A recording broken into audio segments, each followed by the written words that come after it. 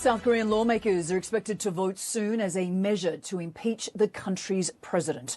The leader of 윤석열's own political party says his early resignation is now unavoidable. A few hours ago, Yoon addressed the nation. He apologised for this week's short-lived attempt at martial law and vowed to accept the consequences. I am very sorry and would like to sincerely apologize to the people who were shocked. Regarding the declaration of martial law, I will not avoid any legal or political responsibility. South Korean opposition lawmakers are urging members of Yoon's party to join them in the impeachment vote. The opposition controls 192 seats in the Assembly, but the impeachment measure needs 200 votes to pass. Well, thousands of South Koreans have taken part in protests since the president tried to impose martial law. Meanwhile, police are investigating Yoon and other officials on possible charges of insurrection and abuse of power. Our Ivan Watson is live for us in Seoul following all the action. Ivan, as we say and heard, Yoon apologising but refusing to resign, which is quite extraordinary considering the overwhelming opposition against him. And now this vote. What can we expect? Right. Well, we're in the National Assembly right now, Anna, and as you can see, there's a big crowd in here, and moments ago, seconds ago, they were chanting, "Impeach, impeach," as lawmakers have been walking through into the chambers of the National Assembly. Let's get closer to see what's going on here. So the lawmakers are being seated through those doors right now, and there are crowds here holding up signs that are accusing President Yoon of insurrection Tuesday night and Wednesday morning when he deployed police and soldiers to this very building to try to stop lawmakers from holding a vote, which ultimately overruled his very short-lived martial law declaration. As you mentioned, President Yoon has apologized today for the measure he took, and he's basically submitted the future of his government to his own ruling party, the leader of which has declared that Yoon cannot complete his term in office, which is still due to continue for another 2 years. Now, moments ago, I spoke with an opposition lawmaker from the Democratic Party, asked him what he thought the chances were that Yoon would be impeached in a vote in these chambers. Take a listen to what he said. Less than 50. Less than 50% yes, chance. Yes. Because the president issued a apologetic message this morning, and thereby the ruling party, I believe, made up their minds to oppose this bill to be passed. However, the people got angry a bit more and more, so the frustration is mounting in this entire Korea. Therefore, it's a matter of time to pass this bill. So we will try again and again. So what you heard from Mr. Park there, and he went on to say that it would be a secret ballot.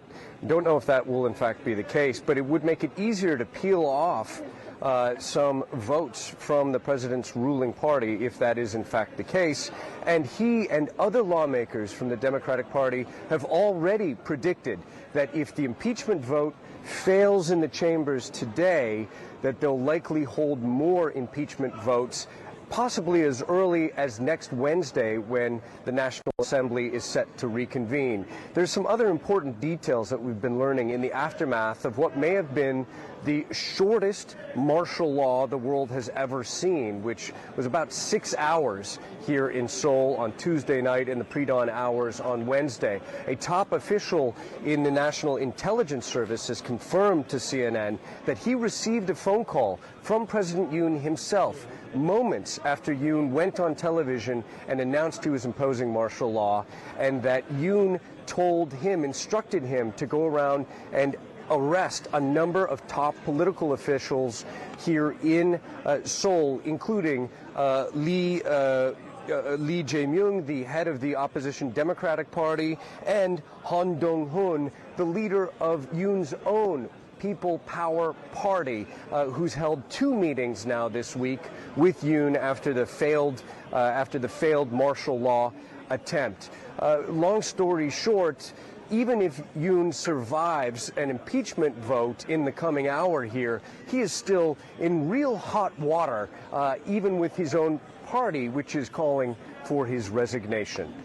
Anna. But your shot is breaking up, but we want to stay with you and continue to discuss what is unfolding there in Seoul. I mean, you would have to assume that President Yoon, his position is untenable. Approval ratings are an all-time low, 13%. 70% of South Koreans recently polled believe that Yoon should be impeached. I mean, the Democratic Party, the opposition, they hold the majority. They only need 8 votes. So is the feeling that the ruling party, the PPP, is going to side with Yoon rather than with the people? The curious position that the ruling party has taken here is to call for Yoon's resignation, but to oppose impeachment. Okay, so they're trying to thread a needle here, and part of that is because of the experience they had 8 years ago when a previous conservative president, Park Geun-hye, she was impeached and ultimately ended up going on trial and serving time in jail. And that was a big disaster for the Conservative Party. So they don't want a repeat of that.